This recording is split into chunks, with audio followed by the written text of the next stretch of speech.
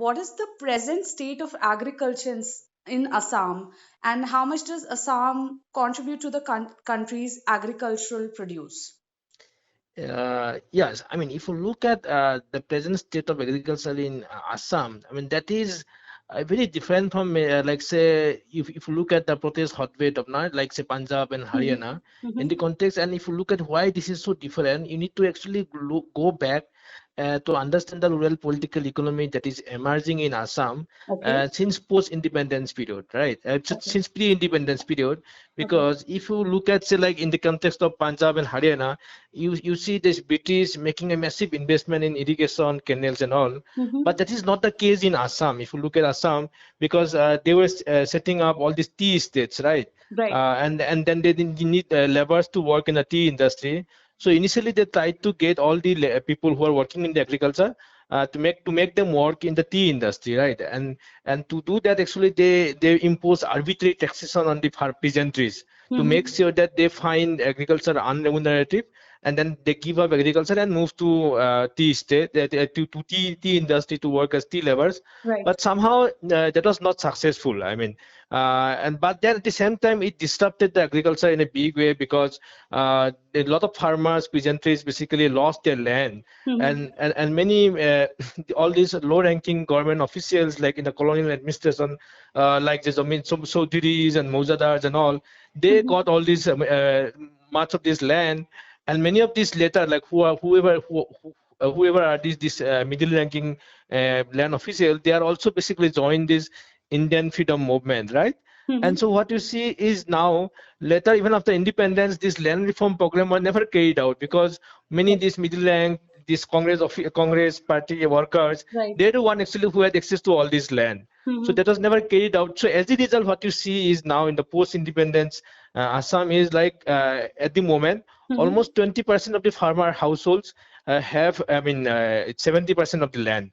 So Okay. and then a large scale farmers, they do not have lands, and Okay. they are basically tenants and all, and tenants are not recognized officially. Okay. Okay, I mean, so there's no official documents, and so that means even if the government announces certain programs, but these people do not have any access to these benefits. Okay, and Okay. there's no documentation also. If you look at, like, in NSSO, this National Sample Survey Organization, you will find this only 6% tenant in Assam. But Uh-huh. then there's another big survey which is much bigger than this NSSO survey in Assam, this Assam Human Development Report, which is published by Omio Kumar Das Institute, that OKD Institute in Guwahati. Mhm. And if you look at their report, you find that almost 26% of the farmers in Assam are tenants. So anyway, they do not, for them, it doesn't matter what is there in agriculture, because, I mean, these government programs, because anyway, they do not have any access to these programs. So So as a result, basically, what yeah, you're telling me is there is a huge dependency of Assam population on agriculture in terms of economy and livelihood, let's say, but they are yeah. not recognized as the land owners and hence cannot avail the benefits by the Yeah, government. yeah, exactly, exactly. So what you see, what I mean to say is that, I mean, almost 70% of the people are still dependent on agriculture, which is higher than the national level. So you are, as like you Oh, rightly all pointed right. out. But Okay. at the same time, somehow this whole many people, many farmers that do not have access to land, they're tenant or partial tenant, and they do not have access to these benefits, so they don't really care what is happening or what is like in terms of government regulations and all, Right. right? So Right. as a result, like, say, if when you see, like, say, in Punjab, Haryana, or even in AP and all the states, Mm-hmm. like Mm-hmm. just before the elections, government announcing big program like the Right. free electricity, free Right. water, and all this, but you do not see in Assam the government making any kind of announcement just to get more votes from the tenants, because anyway agriculture do not matter for the majority of the people, because see, like I am saying, this Uh-huh. 20% of the farmers who are having this land, Mm-hmm. even they are basically they are not the capitalist farmer whose life depend on the farmers.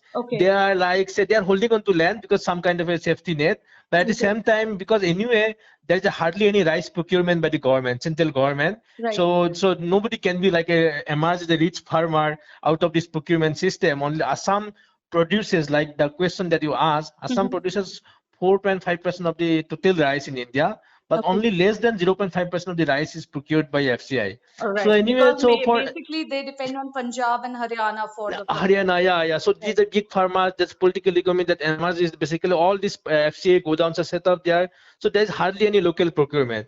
So basically, these farmers are not beneficiaries of this these government programs Mhm. and all, but then still they're still holding on to land. It's like in the words of this what is called this Marxist historian Amolendu Guha. They're Mhm. basically Assam's farm, these middle class farmers. They're basically holding, they're keeping one leg on the rural sectors, other leg on the urban sectors. And I Mhm. mean, showing little interest in the farming. At the same time, they're trying to get all these non-farm or urban jobs, but at the Mhm. same time, they're holding on to their land. So this is Right. a typical rural political economy that emerges in the Assam context. Right. Like you mentioned, they might not be able to avail benefits, but there's still a lot of dependency on agriculture.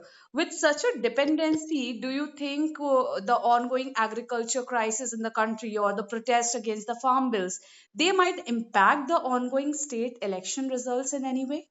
That is, I mean, because this whole crisis is there for quite some time. I mean, it's not that something that emerged, and it's not that Congress government was doing something different. Mhm. Okay, this is a story of neglect that is going on for quite some time, and it's not that only BJP is accentuating this problem.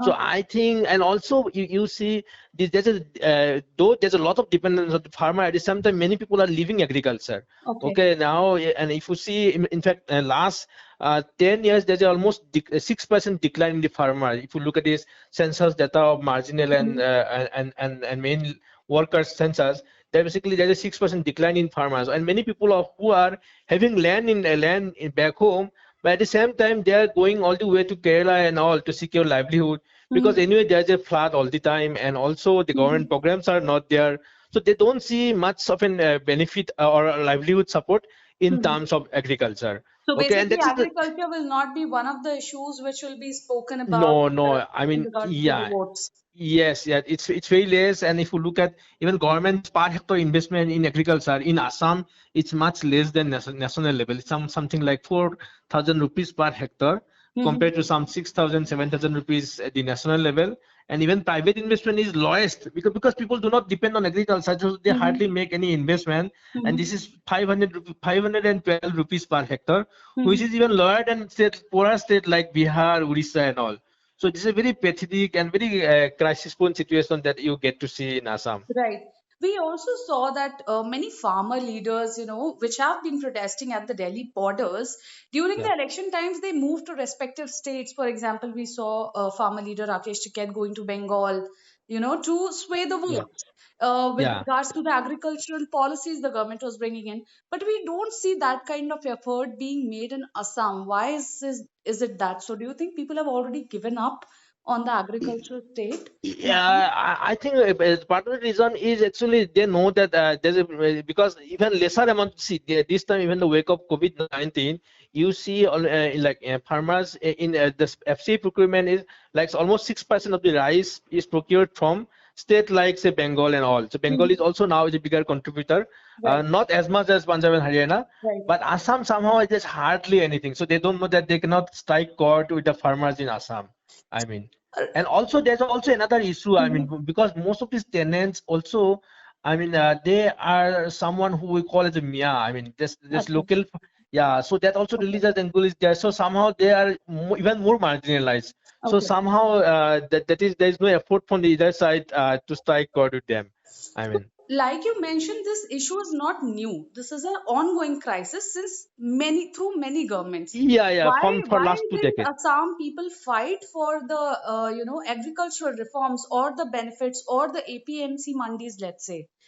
Why didn't Assam fight for it? Yeah, actually, I mean, what I mean to say is that, see, anyway, that, see, if you look at total number of mandis that is in Assam, that is only 24 mandis, okay? Mhm. And much of them have hardly any infrastructures. On the other hand, if you see most, this basically backbone of whole agricultural marketing in Assam is this mandi system. This not this hat bazaar. Okay, and Okay. they are almost 700 in numbers. They do not have any infrastructure, and they do not come under direct state regulations. Okay, so Mhm. basically, what happens is that historically, that mandi system is not much active there. Okay, Okay. and then when you do not know exactly what mandi can give you, so then Mhm. there's hardly any political mobilization around that we need this kind of mandi. Okay. Because farmers never have this experience of what a good marketing system can actually give them. All right. Okay, All only, right. yeah. So that's the only reason. And also, one point I would like to give you is that this Assam government itself amended actually this whole APMC Mandi system, marketing system, whatever now is there. Like this is Mhm. because this whole marketing reform started from 2003 onwards, and Assam government has implemented those reform. Assam is one of the first states to do implement those reform in 2006. But Okay. even then, there's hardly any benefit coming to the agriculture in terms of private investment and all. So Mhm. basically, so Assam is a very peculiar situation. It's not only getting much investment from the government sector, but even after much reform, there's hardly any private investment coming to the sectors. Just like Bihar, which repealed the PMC altogether, but Mhm. still hardly any private investment. Right. So, can we say that if the state of agriculture and let's say ease of selling crops or the state of mandis is improved in the state, what impact could it have on the economy of the state? Would Yeah, it yeah, improve? it will be actually benefiting a lot because I mean what I mean to say is that if you look at Assam's what crop they grow, Mm-hmm. almost 90% of the agricultural land in Assam is used to grow rice. Mm-hmm. Okay, and so but then what happens is that now there's this public procurement is completely missing there. So Mm-hmm. as a result, Assam faces actually the crisis in two front. One is there's hardly any government support in terms Mm-hmm. of public procurement, and on the other hand, this rice and all whatever is procured somewhere else, like even in Bengal, those Mm-hmm. rice come to Assam and like they depress the open market prices. So that Okay. means if I am a local farmer and I Mm-hmm. am not getting any government procurement, but Mm-hmm. when I go to sell this rice in the open market, there also I find price the depressed because of so much rice being procured somewhere Right. else, Right. flooding the local market, Right. right? So it's kind of a double whammy for the local farmers there. Okay. Okay. Based on my conversation, I had a conversation with the Congress leader, Mr. Pradyut Brodroy, and he mentioned that the people of Assam are disconnected and probably they need a guidance and mobilization to understand the impact of these farm laws. You know, Yeah, because we did not see Assam's a lot of involvement of Assam in the ongoing protest in and around yeah, these farm laws. So, what is yes. your understanding based on this? Do you think this statement holds up that they're disconnected, probably they're uninformed about the impact of it? Yeah, they're disconnected, but there's a lack of political mobilization. It's also because of somehow, though a lot of people are dependent or connected to the agriculture, Mm-hmm. because at the same time, this whole very unequal land distribution, right? So when Mm-hmm. 20% of the population controls 70% of the land, and they do not have much interest, and the Mm-hmm. others anyway are not getting this. So I think that we need to address the land question to before you expect to see some kind of a political mobilization Mm-hmm. emerging, right? And what could be, if at all we look at improving the state of agriculture in Assam, what could be the first step the government could take to achieve that? Now there is some initiative being taken in the sense that FPOs, like farmer producer organization, there now a lot Mm-hmm. of money being pumped through this Neramek and Netfi. So Mm-hmm. they think that actually these farmers, because Assam has some kind of Assam is suitable for growing a lot of this organic Mm-hmm. vegetables and all entire northeast. But somehow that is also very dicey. I mean, because if I have witnessed how this GeneFed, there's an organization called GeneFed, Mm-hmm. which was actually initially started by Angamothu, who was the district commissioner also in Guwahati, when he was district commissioner in Karbi Anglong. But somehow this is very tricky because this land is just enough for sustainable livelihood in terms of growing whatever they need, basic things. But then once you initiate this cash crop there, so then there's a huge land struggle among different communities, among these Karbis and then cookies and all.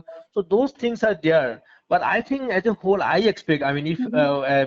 so I expect the farmer, local people to benefit from agriculture, I think they need to basically diversify towards these high value crops and all. But at the same time, government should take an active initiative in terms of setting up the processing facilities. To Mm-hmm. expect that all the big private investor will come and invest in Assam, that is something like what this Bihar experience suggests is not going to happen.